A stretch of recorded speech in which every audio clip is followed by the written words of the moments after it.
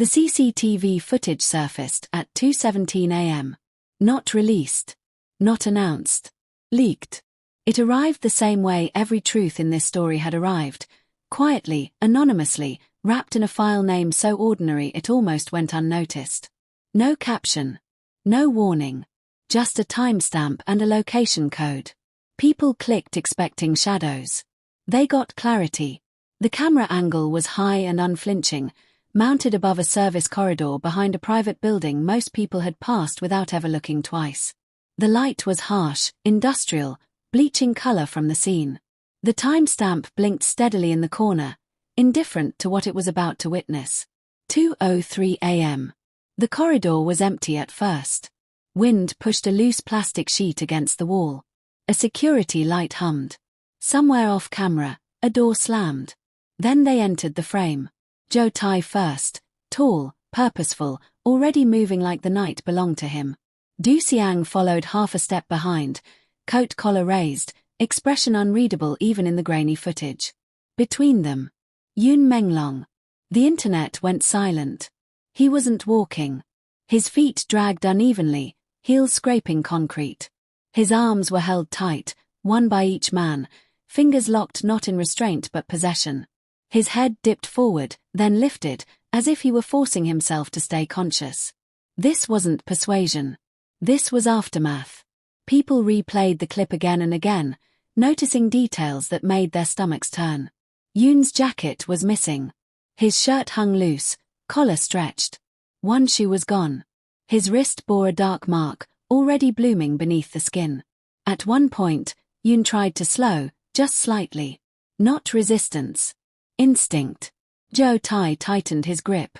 Siang leaned in and said something the camera couldn't hear, but Yoon reacted immediately, flinching as if the words had weight. They dragged him past the camera. Not rushed. Not frantic. Clinical. The corridor swallowed them whole. The clip ended there. No cutaway. No explanation. Just empty concrete where man had been moments before. The phrase 2 a.m. aftermath trended within minutes, because that was exactly what it felt like, the part of the story that happens after decisions are made, after doors close, after the world assumes the night has already finished its work. People stitched the CCTV footage together with everything else, the taxi video, the drone footage, the goodbye song, the witness testimony. The timeline aligned with horrifying precision. Taxi arrival. Unseen transfer. Service corridor. Abandoned lot. The corridor was the missing artery. And suddenly, the whole body of the story had circulation. Dark rumors surged back, heavier now, harder to dismiss. That the building wasn't private at all, that it belonged to a shell company with no listed owners. That the corridor led to a freight elevator rarely used, rarely logged. That at 2:11 a.m., the elevator descended once and never recorded a return. The song played again in the background of every repost. People noticed something new. In the CCTV footage, just as Yoon passed beneath the camera, his lips moved. Not randomly. Deliberately. A lip reader slowed it down, frame by frame, heart pounding. 3 words. Remember this part. The implication hit like a blow. This wasn't a breakdown caught on camera. It was documentation.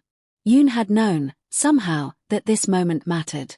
That if the world ever saw it, they would understand the difference between disappearance and removal. Between silence and silencing. As the footage spread, official accounts scrambled. Some denied authenticity. Others refused comment. A few made the fatal mistake of calling it misinterpreted. That word ignited fury. Because nothing about the video required interpretation. You could see the imbalance. You could see the force. You could see Yoon's body resisting gravity itself just to stay upright. At 2:48 a.m., another clip surfaced. Shorter, shakier, taken from a camera inside the building's lobby. It showed Joe Tai and Siang exiting alone minutes later. Their clothes were neat again. Their pace unhurried. Siang checked his watch. Joe Tai adjusted his sleeve. They didn't look back. That detail broke something in the collective psyche. It wasn't rage that followed. It was disgust. People gathered again in silence, projecting the CCTV footage onto walls, slowing it down until every step felt endless.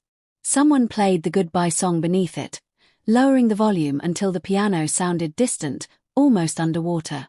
A realization spread quietly through the crowd. This wasn't the beginning of the violence. This was the normalization of it. The organization had never needed chaos.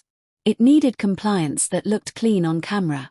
Movements that could be explained away. Corridors without witnesses.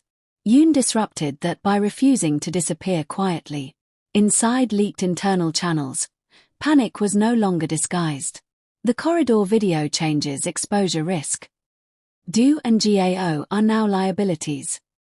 Public alignment accelerating. One message slipped through that no one could ignore. He knew the cameras were there. That sentence reframed everything. The way Yoon lifted his head. The way he mouthed words. The way he didn't scream. He wasn't submitting. He was recording with his body. By morning, people returned to the corridor. They stood beneath the camera, looking up at the metal casing, imagining Yoon's face tilted the same way hours earlier. Someone taped printed lyrics from the goodbye song to the wall where his heel had scraped. Even if you cut the light, I leave a shape behind. The building owners boarded up the entrance by noon. Too late. The image had already burned itself into memory. Yoon being dragged, not hidden, not erased, but seen. That was the organization's mistake. They believed visibility was power. They forgot it was also evidence. As the day wore on, the 2 a.m. footage became unavoidable. It wasn't shocking anymore. It was clarifying. It stripped away every remaining excuse, every polished denial, every carefully worded statement. The story no longer asked what happened. It asked how long this had been happening to others. 17 names resurfaced again. Always 17. Always unfinished. And somewhere between the corridor and the lot, between the taxi and the piano, Yoon Menglong stopped being a victim of the story and became its narrator. Not because he survived, but because he left nothing undocumented. The night had done its worst. Now the aftermath belonged to everyone watching. The corridor didn't empty after the footage spread. It filled. People arrived in waves, not loud, not chaotic, but deliberate. They stood beneath the camera that had captured Yoon Menglong's last conscious steps, looking up at the dull metal eye that had seen what so many systems claimed they never did. Truth. Someone taped a small speaker to the wall. The goodbye song played softly, its notes echoing down the concrete passage, bouncing off pipes and doors that had once swallowed sound without consequence. The corridor no longer felt like a shortcut between places. It felt like a throat, something meant to carry voices that had been forcibly pushed down. Inside the building, alarms began to malfunction. Not blaring, not fully off, just stuttering, as if uncertain whether they were allowed to speak. Security guards rotated hourly, none of them willing to meet the eyes of the people outside. One was seen covering the camera briefly with his jacket before being pulled away by a supervisor who looked pale and furious. Too late. Screenshots already existed. Then came the freight elevator footage. It wasn't supposed to exist at all.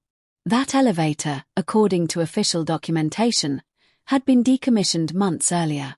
No power. No logs. No camera feed. Except there was movement at 2:06 a.m. A single frame leaked first, just the interior panel lighting up, numbers flickering. People dismissed it as fake until a second frame followed, then a third. The sequence showed the doors sliding open to reveal Joe Tai and Du Siang standing inside. And Yoon, slumped between them. The elevator camera caught something the corridor hadn't. Yoon's hand. It twitched, fingers brushing against the wall as if searching for texture, for proof of place. His nails left faint scratches in the paint, for short lines, then a longer one. Someone recognized the pattern immediately. It matched the rhythm from the taxi tapping. The elevator descended. Not to the basement. Below it. The counter didn't show numbers anymore, just a dash. The internet erupted not with noise, but with reconstruction.